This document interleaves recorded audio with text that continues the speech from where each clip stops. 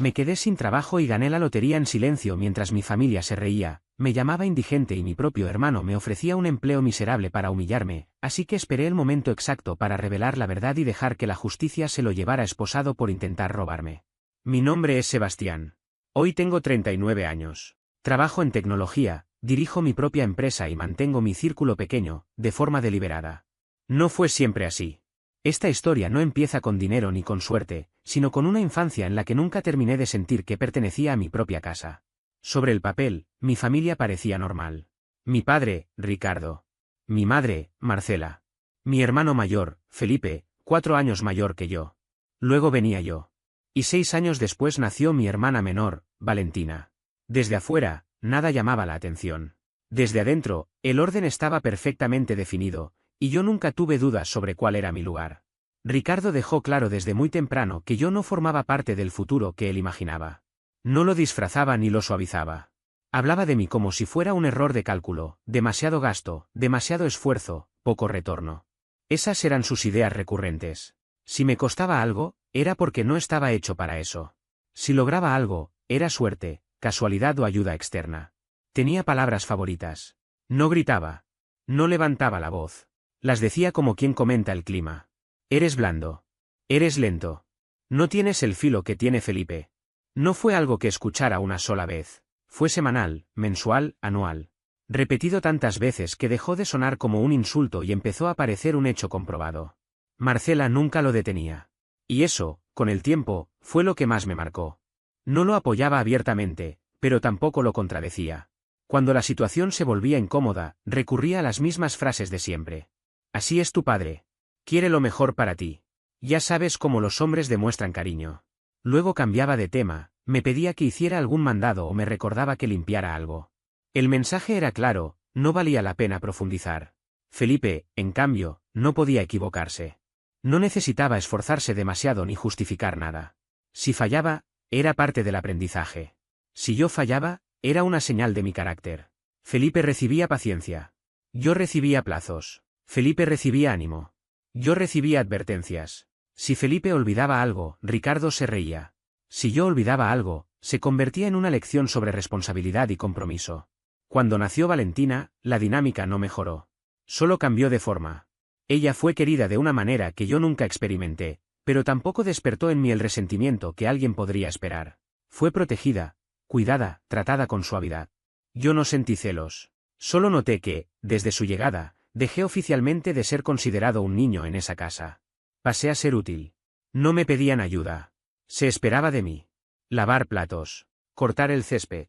Arreglar cosas que nadie me había enseñado a arreglar. Cuidar de Valentina mientras los adultos hablaban. Limpiar desórdenes que no había causado.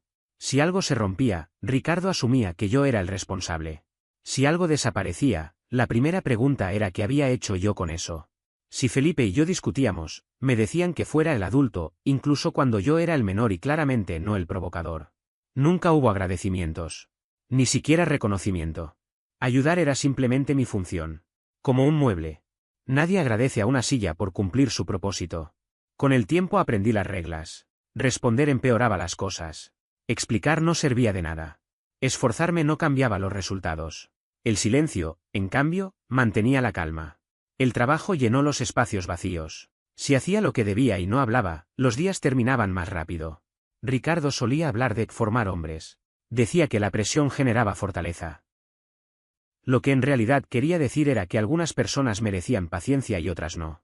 Felipe tenía paciencia. Valentina tenía protección. Yo tenía presión. Lo curioso es que nada de esto fue dramático. No hubo grandes explosiones ni escenas memorables. Fue cotidiano, monótono, predecible. Y justamente por eso se quedó conmigo. No se combate un sistema que funciona en silencio. Uno se adapta. Para cuando terminé la secundaria, ya entendía perfectamente cómo funcionaba mi familia. Los resultados importaban, pero solo si los obtenía la persona correcta. No esperaba apoyo, pero sí estabilidad. Por eso elegí estudiar tecnología. No fue un sueño ni una pasión romántica. Fue práctico. Las computadoras no distinguen favoritos. Algo funciona o no funciona. Fui a una universidad pública común. Nada prestigioso, nada digno de presumir en reuniones familiares. Trabajé medio tiempo durante toda la carrera, noches, fines de semana, lo que encajara entre clases. Pagué mi alquiler, mis libros y aprendí pronto a estirar cada peso. No había un plan alternativo si algo salía mal. Graduarme no se sintió como una celebración, sino como pasar un control más. Felipe tomó otro camino. No fue a la universidad. Ricardo lo llamó una decisión inteligente. Decía que estudiar era una pérdida de tiempo para quienes tenían instinto real. Felipe quería dedicarse a bienes raíces, y Ricardo se aseguró de que pudiera hacerlo. Ayudó con el primer pago inicial, lo recomendó con contactos, y cuando algún negocio salía mal, el dinero aparecía discretamente para arreglarlo. Nunca se hablaba abiertamente de eso, pero era evidente para quien prestara atención. En pocos años, Felipe tenía historias, propiedades, remodelaciones, inquilinos, lecciones aprendidas. Eso se convirtió en el tema central de la familia. Cada reunión era un informe de progreso sobre su último movimiento. Cuánto se vendió algo, qué tan rápido cerró, lo listo que había sido por entrar a tiempo. Ricardo lo disfrutaba. Marcela asentía, hacía preguntas, como si fuera parte del negocio. Cuando conseguí mi primer empleo en sistemas a los 22 años, apenas se notó. Pagaba el alquiler y la comida, y poco más. Ricardo lo llamó un comienzo. Dijo que estaba bien que finalmente hiciera algo, pero dejó claro que no era suficiente. Años después, seguía viéndose igual, algo temporal, algo que estaba de paso. Una señal de que todavía no había entendido cómo funcionaba la vida. Las comparaciones nunca se detuvieron. Felipe era audaz. Felipe asumía riesgos. Felipe entendía el dinero. Yo era estable. Yo era cuidadoso. Y para ellos, eso nunca fue un elogio. Durante mucho tiempo acepté menos de lo que podía dar. En mi casa era casi una idea instalada que yo siempre iba a quedarme corto. Ricardo solía repetir que Felipe tenía ambición y carácter, mientras que yo solo acumulaba excusas. Marcela reforzaba ese discurso señalando que nunca presionaba lo suficiente para conseguir más dinero, más reconocimiento, más presencia. Lo irónico era que yo trabajaba más horas que Felipe jamás lo hizo. Jornadas largas, turnos de guardia, fines de semana resolviendo problemas que nadie notaba mientras todo funcionara. Ese esfuerzo, sin embargo, no valía nada. No lucía. No impresionaba. Valentina sí lo veía. Era más joven, pero nunca fue ingenua. Jamás participó en las comparaciones constantes. Me preguntaba cómo iba el trabajo y realmente escuchaba la respuesta. Con el tiempo dejó de fingir que el éxito de Felipe era admirable solo porque todos decían que lo era. Se casó con Matías cuando tenía 22 años. Él no era ostentoso ni llamativo.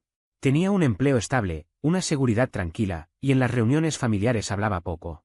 La primera conversación real que tuvimos fue distinta a cualquier otra que hubiera tenido con alguien de la familia. Me preguntó en qué trabajaba y no hizo bromas cuando se lo expliqué. No lo presentó como un escalón hacia algo mejor ni me preguntó cuál era el siguiente paso. Para él, simplemente era mi trabajo. Eso fue nuevo para mí. A Felipe no le gustó nada ese cambio. Para entonces, su éxito lo había vuelto áspero. Sus bromas dejaron de serlo. Se reía mientras señalaba que yo seguía alquilando, que no tenía nada propio, que Valentina me había superado en los hitos importantes de la vida. Lo decía con un tono casual, como si me estuviera ayudando a aceptar la realidad. Ricardo lo alentaba, asegurando que Felipe solo intentaba motivarme. Marcela sonreía con incomodidad y decía que no debía tomarlo de manera personal. A medida que Felipe ganaba más dinero, se volvía más ruidoso, más seguro de sí mismo y más despectivo. Cada historia que contaba incluía una lección implícita, casi siempre sobre cómo quienes no asumían riesgos terminaban estancados. Esas personas solían parecerse demasiado a mí. Aprendí que, en mi familia, el esfuerzo solo importaba si producía algo visible. Las horas no contaban. La constancia no contaba. La estabilidad no contaba. Si no había algo que los demás pudieran señalar con el dedo, era como si no existieras. Seguí trabajando de todos modos. No sabía hacer otra cosa.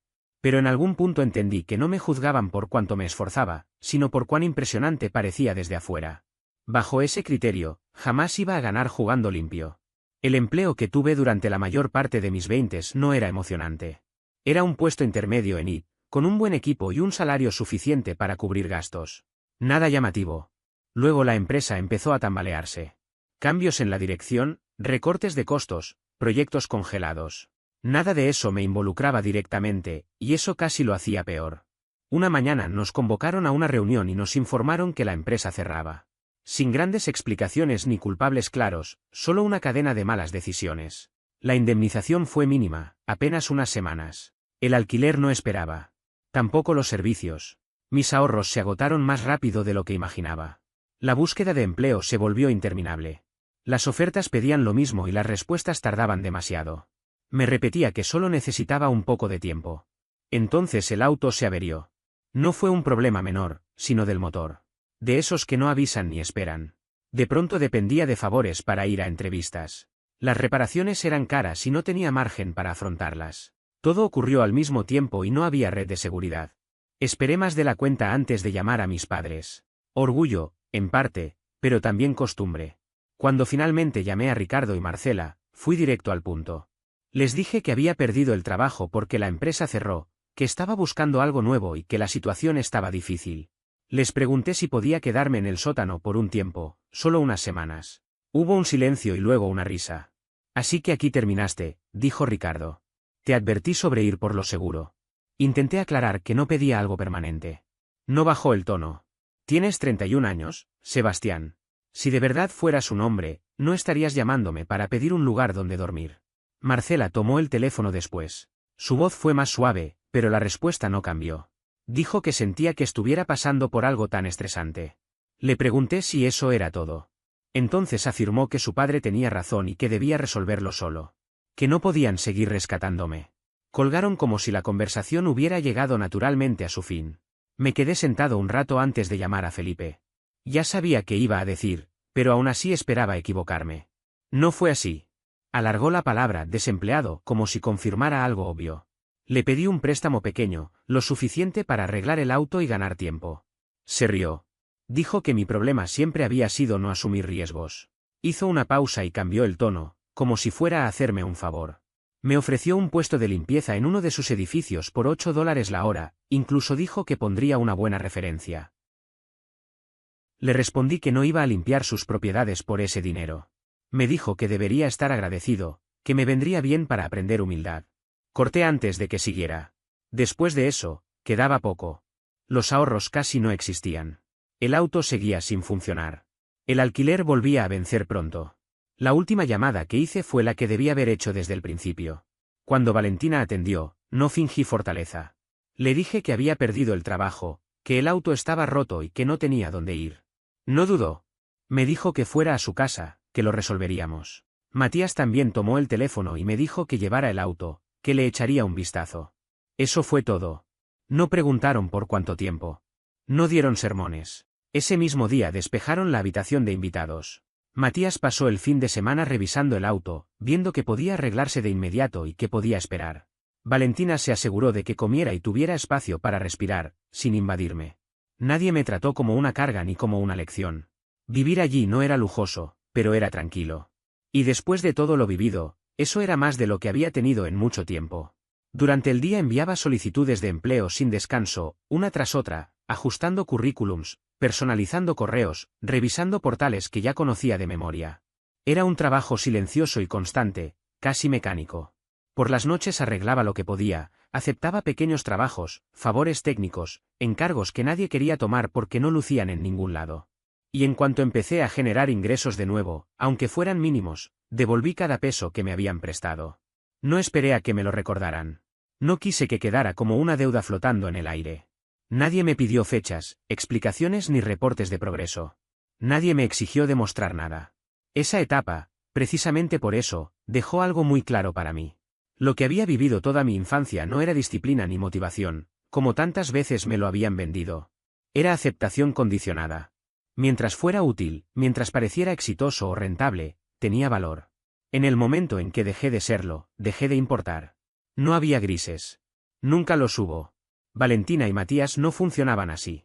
A ellos no les interesaban los títulos, ni las apariencias, ni los discursos bien armados. No preguntaron cuánto iba a tardar ni cuándo iba a volver a ser alguien. Ayudaron simplemente porque yo lo necesitaba en ese momento. Sin adornos. Sin sermones. Esa diferencia, aunque parezca pequeña, lo cambió todo.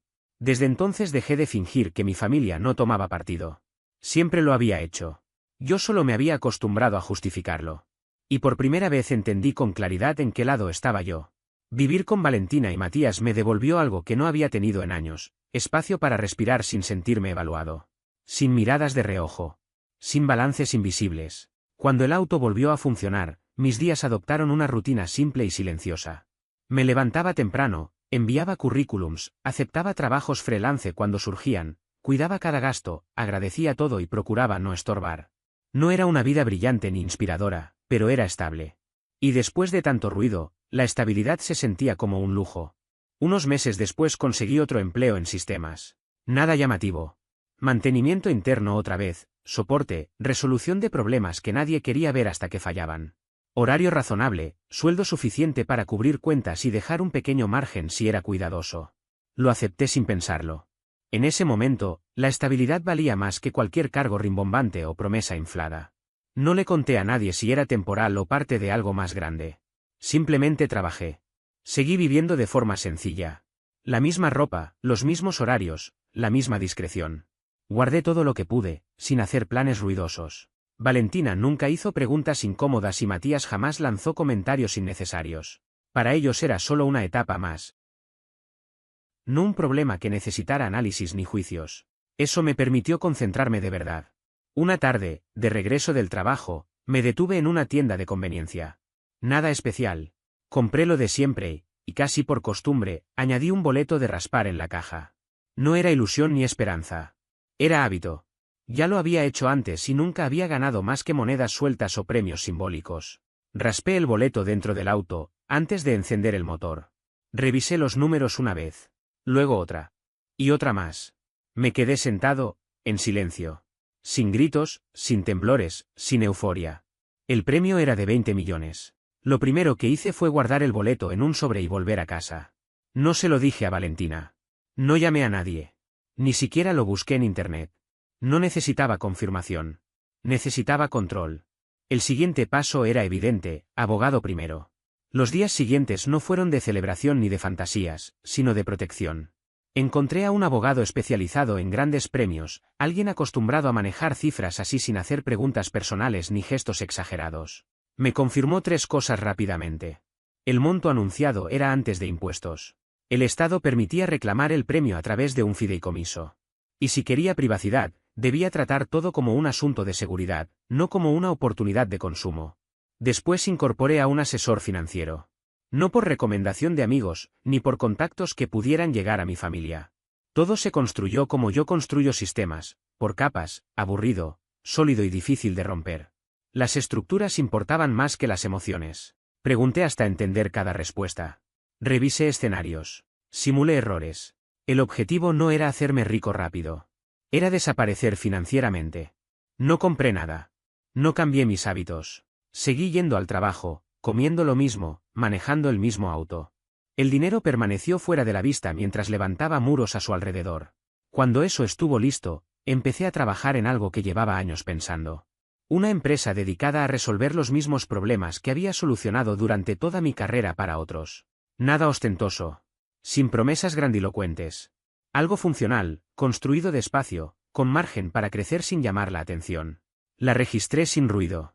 Alquilé un espacio pequeño que no destacaba en ningún lado.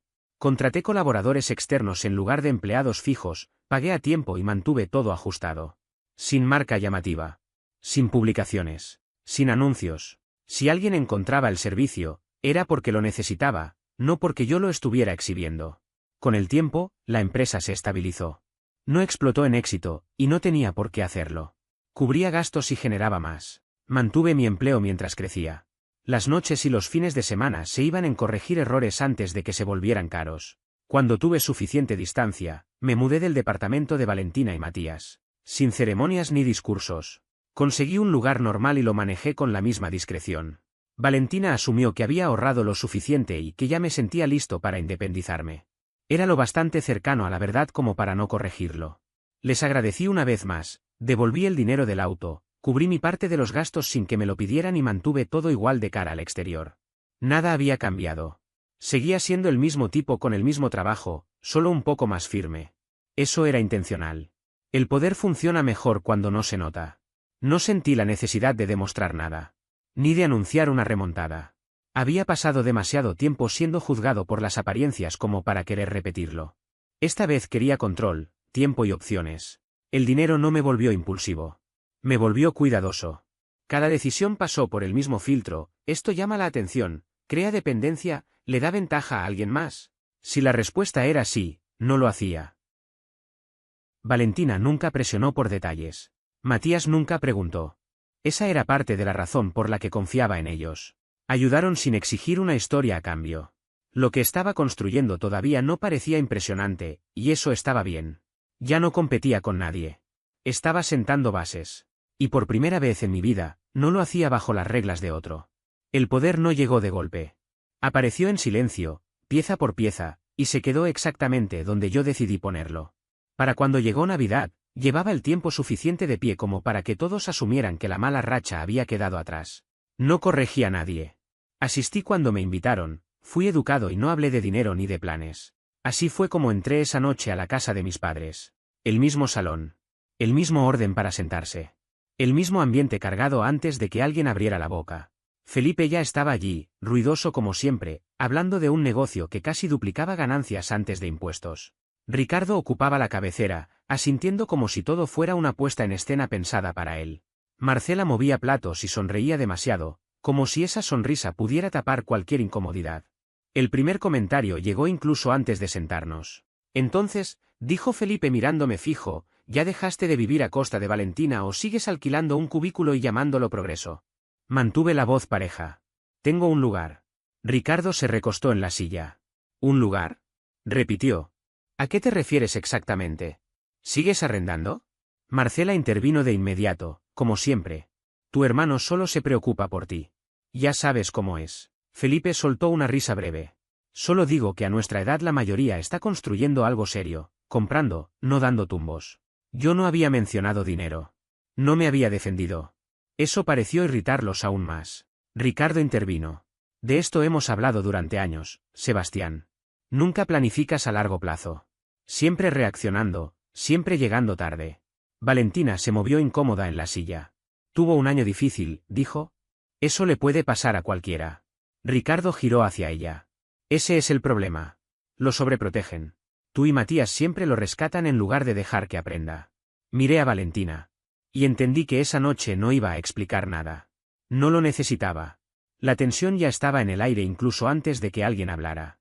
Valentina estaba rígida, sentada con los hombros tensos, como si presintiera lo que iba a venir. Felipe negó con la cabeza mientras jugueteaba con el tenedor.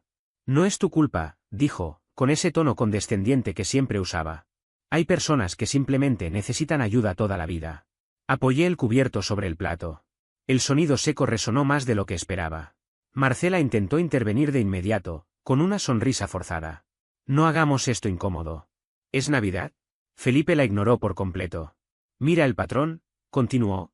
Pérdida de trabajo, problemas con el auto, viviendo con su hermana. ¿Cuánto crees que habría durado todo eso sin ustedes? Valentina habló entonces, con calma pero firme. La familia ayuda a la familia. Ricardo respondió al instante, sin dejarla terminar. No. La familia prepara a sus hijos para valerse por sí mismos. Lo que tú estás haciendo es enseñarle que está bien fracasar. Felipe sonrió, satisfecho. Siempre va a necesitar que lo rescaten. Algunos simplemente no aprenden. La conversación se descontroló rápidamente. Las voces se superpusieron. Ricardo empezó a enumerar, uno por uno, todos los motivos por los que, según él, yo lo había decepcionado. Felipe intercalaba bromas que no eran bromas, comentarios disfrazados de humor que caían como golpes. Marcela asentía, diciendo que todo lo hacían por preocupación, por mi futuro. Valentina volvió a intentarlo. Él no pidió que nada de esto pasara. Su empresa cerró. Ricardo hizo un gesto con la mano, como si apartara una mosca. Excusas. Siempre hay una excusa. Felipe se inclinó hacia adelante, apoyando los codos en la mesa. ¿Sabes cuál es la diferencia entre tú y yo? Me dijo directamente. Yo tomo riesgos. Tú esperas a que las cosas te pasen. Por primera vez, hablé. No pedí consejos. Ricardo me apuntó con el tenedor. Ese es tu problema. Nunca escuchas. Valentina se levantó de la silla. Esto no es justo. Siéntate, le espetó Ricardo. Esto no te concierne. Felipe soltó una risa breve. Claro que sí. Sobre todo cuando él vive bajo su techo. Ahí fue suficiente. No porque doliera, sino porque quedó claro. No existía una versión de ese futuro en la que algo cambiara. Ninguna cena futura donde me respetaran. Ningún logro que reescribiera la historia que ya habían decidido contar sobre mí. Me levanté despacio y acomodé la silla bajo la mesa. Marcela abrió los ojos, sorprendida. ¿A dónde vas? Me voy, respondí. Ricardo resopló. Huyendo otra vez. No contesté. Tomé mi abrigo. Felipe añadió, con tono burlón. No te preocupes, siempre lo ayudaremos cuando vuelva a equivocarse. Valentina dijo mi nombre, pero ya iba camino a la puerta.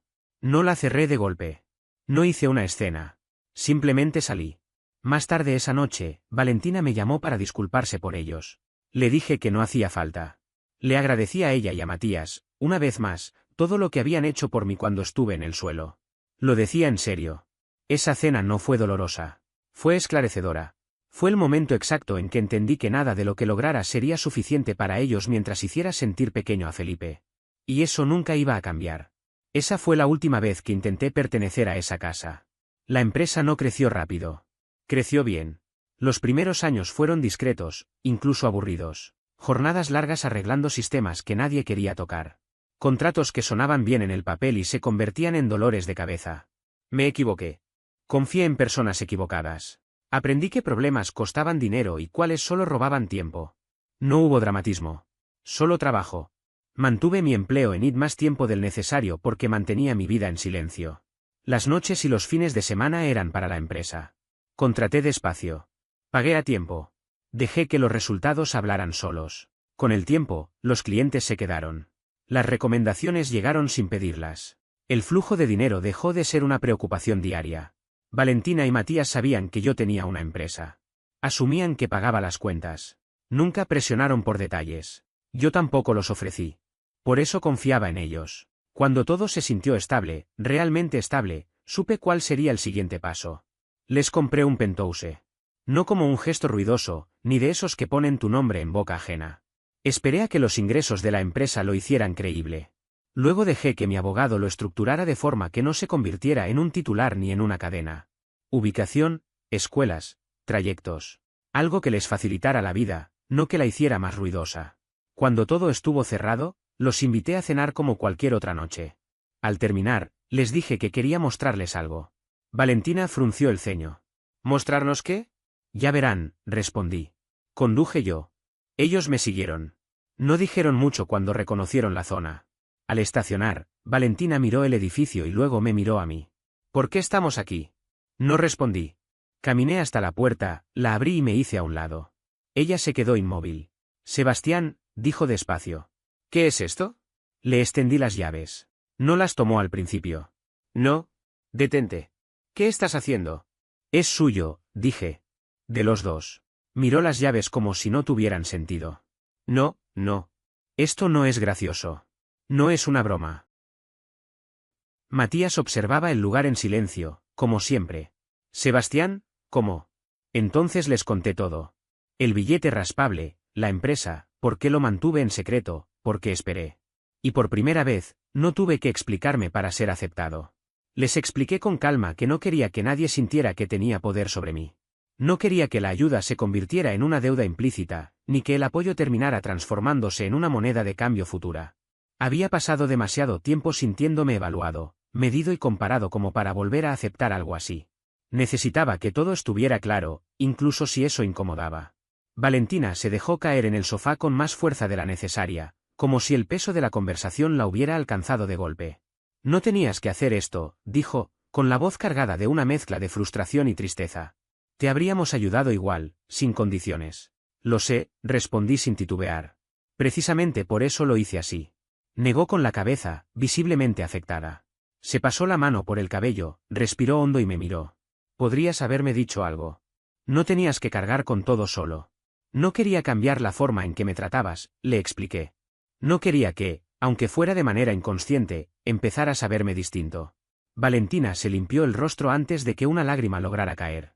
¿De verdad crees que el dinero habría cambiado algo entre nosotros? Me quedé en silencio un segundo antes de responder. No quise averiguarlo. Matías, que hasta entonces había permanecido apoyado en el marco de la puerta, habló con voz serena pero firme. Nos devolviste todo sin que te lo pidiéramos. Cada peso. Asentí despacio. Eso era importante para mí.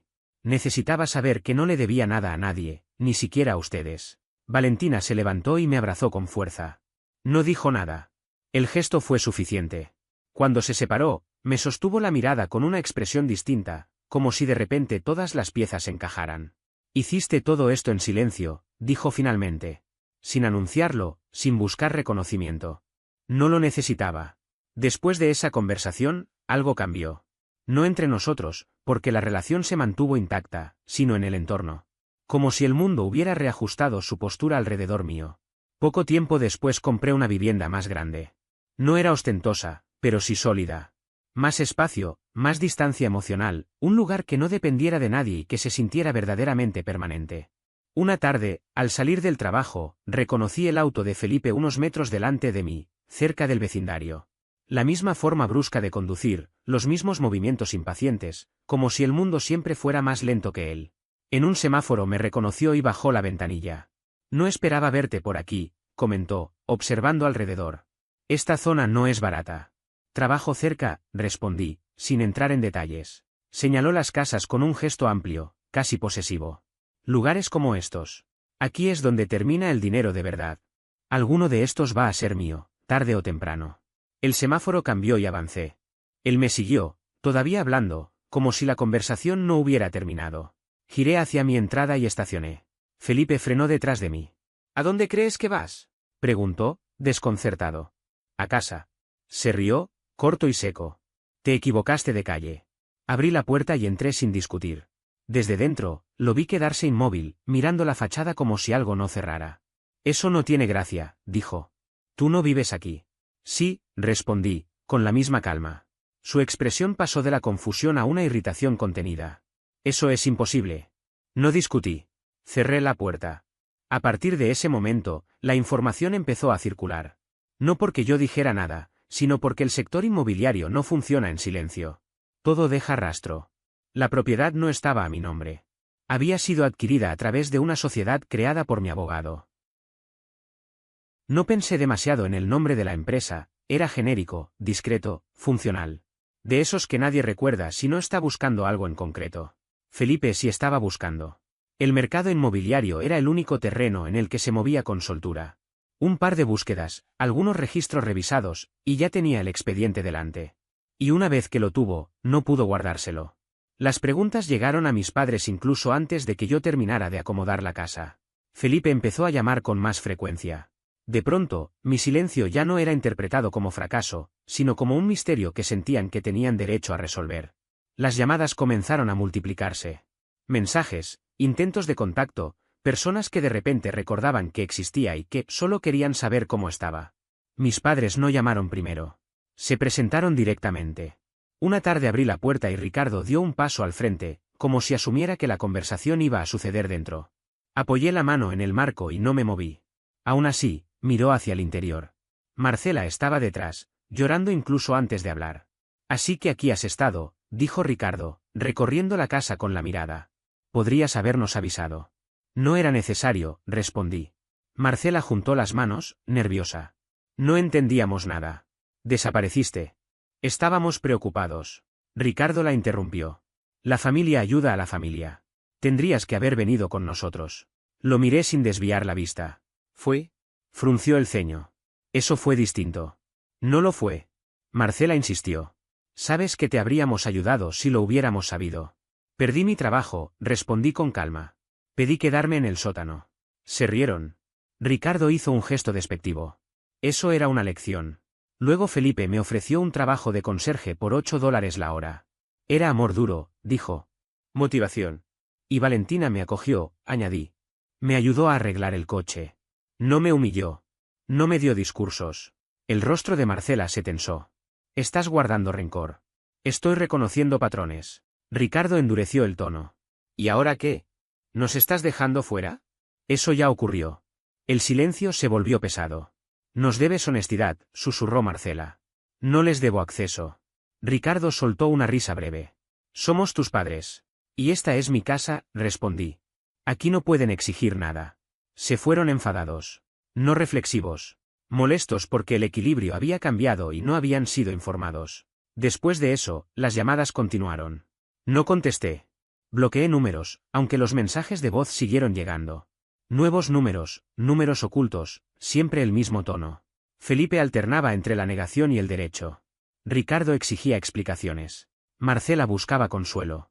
No les di ninguna de las tres cosas. Y por primera vez en mi vida, no me expliqué. El negocio inmobiliario de Felipe no se derrumbó de golpe. No hubo un escándalo inmediato. Fue un desgaste lento, silencioso y constante. Mucho más definitivo que cualquier discusión. Todo empezó a deteriorarse sin hacer ruido. No fue un colapso repentino, sino una acumulación lenta de malas decisiones. Negocios mal cerrados que nadie revisó, préstamos refinanciados demasiadas veces, propiedades que dejaron de rotar y quedaron estancadas. Durante un tiempo, todo se sostuvo por pura inercia, hasta que dejó de hacerlo. Después llegaron las demandas. Socios comenzaron a reclamar dinero que, según ellos, había desaparecido. Inquilinos denunciaron depósitos que jamás les fueron devueltos. Proveedores empezaron a hacer preguntas incómodas. Lo que durante meses habían sido murmullos y sospechas terminó convirtiéndose en acusaciones formales. Para entonces, el daño ya era evidente. Tras eso, dejé de hablar con mis padres. No fue una decisión dramática ni anunciada. Simplemente ocurrió. Pasaron meses. Luego años. El contacto se cortó por completo. Hasta que una noche, Valentina me llamó. No era una llamada emocional ni exagerada. Fue directa. Me dijo que Felipe estaba en problemas reales. No problemas de orgullo, ni de imagen. Problemas serios. Le respondí que no pensaba reabrir ninguna puerta. No insistió. Solo dijo algo que me hizo detenerme. No tienes que perdonar nada. Solo escucha lo que está pasando. Acepté una llamada. Una sola. Bajo mis condiciones. Fue entonces cuando Ricardo y Marcela se comunicaron conmigo. No mencionaron el pasado. No pidieron disculpas. Hablaron como si los últimos años hubieran sido un simple malentendido que todos debíamos dejar atrás. Tu hermano está en problemas, dijo Ricardo por teléfono. Y este es el momento en que la familia ayuda a la familia. Marcela intervino enseguida. Solo necesita guía. Alguien estable. Alguien de quien pueda aprender. Escuché sin interrumpir. Cuando terminaron, les dije que estaba dispuesto a ayudar. Hubo un silencio largo al otro lado de la línea. ¿De verdad?, preguntó Marcela. ¿Después de todo? Sí, respondí. Pero con condiciones. Aceptaron de inmediato. Demasiado rápido. Felipe también aceptó cuando se lo dijeron. Sonaba agradecido. Casi ensayado. El primer día que Felipe llegó a la oficina, interpretó bien su papel. Educado, discreto, aparentemente humilde. Saludó a todos, tomó notas, hizo preguntas. Repetía frases como, sé que cometí errores, solo quiero una oportunidad para trabajar. No me convenció, pero no hacía falta. Yo no estaba allí para juzgar palabras. Le asigné un puesto con límites claros. Sin acceso a nómina. Sin autorización para aprobar gastos. Sin control sobre cuentas principales. Todo documentado. Todo monitoreado. Firmó el acuerdo sin objeciones. Antes de que siquiera tuviera acceso a un sistema, la estructura ya estaba preparada. Cuentas segmentadas. Permisos escalonados. Cada acción vinculada a una identidad específica. Instalamos cámaras en áreas comunes bajo el argumento de mejoras de seguridad. Un pequeño grupo de personal senior fue informado, no para espiar, sino para mantener la normalidad mientras yo observaba. Durante las primeras semanas, Felipe se comportó. Luego comenzaron las grietas. Transferencias que no correspondían a ningún proyecto activo. Informes de gastos que no coincidían con los comprobantes. Cuando se le preguntaba, culpaba a retrasos contables o a simples malentendidos. Después, el personal empezó a acercarse a mí en privado.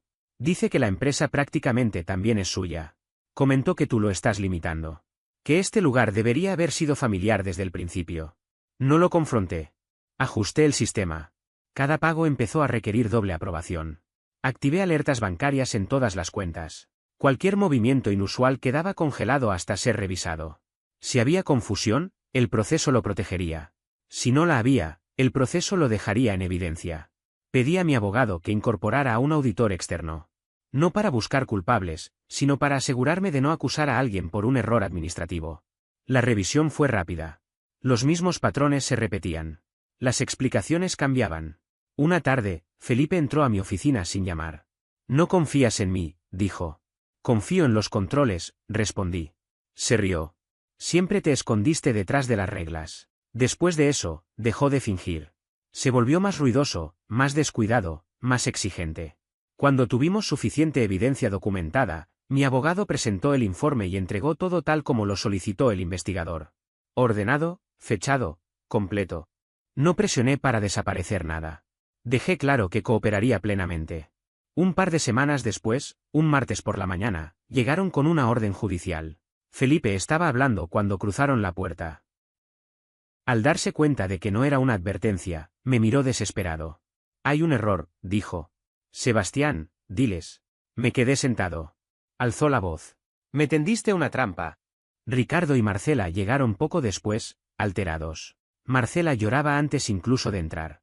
¿Qué hiciste? Me preguntó. Ricardo me señaló. Fuiste a nuestras espaldas. Les entregué copias de todo, registros de transacciones, cronogramas, capturas de vídeo. Ricardo ni siquiera los miró. La familia no hace esto. Él robó, respondí. Marcela negó con la cabeza. Estaba bajo presión. No pensaba con claridad. Felipe gritó que yo siempre había sido celoso, que todo estaba planeado. El proceso judicial se extendió durante meses. Felipe adoptó una postura cuidadosamente construida, se presentó como alguien confundido, superado por la situación, víctima de circunstancias que, según él, no comprendía del todo. Habló de copropiedad implícita, de expectativas familiares no expresadas, de desgaste emocional acumulado. Su defensa intentó convertir decisiones concretas en simples malentendidos.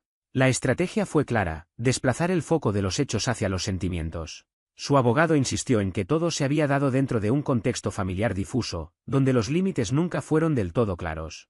Me describieron como alguien distante, excesivamente estructurado, incapaz de actuar desde la empatía. No buscaban negar lo ocurrido, sino diluirlo. Cuando llegó mi turno de declarar, no entré en ese terreno. No discutí emociones ni intenciones. Me limité a lo verificable. Fechas exactas. Protocolos firmados. Accesos concedidos y retirados. Registros que no dejaban espacio a interpretaciones. El fiscal presentó el material recopilado. Audios. Registros de pantalla. Fragmentos de conversaciones. En uno de ellos, la voz de Felipe se escuchaba con total claridad, hablando de recuperar lo que era suyo, minimizando los controles, burlándose de la facilidad con la que podía mover fondos sin levantar sospechas. La sala quedó en silencio. No hubo dramatismos cuando se anunció el veredicto. Fue breve. Directo. Culpable. El día de la sentencia, Felipe ya no parecía el mismo. No había enojo ni desafío. Solo una rigidez contenida, como alguien que por fin entendía el peso real de sus decisiones.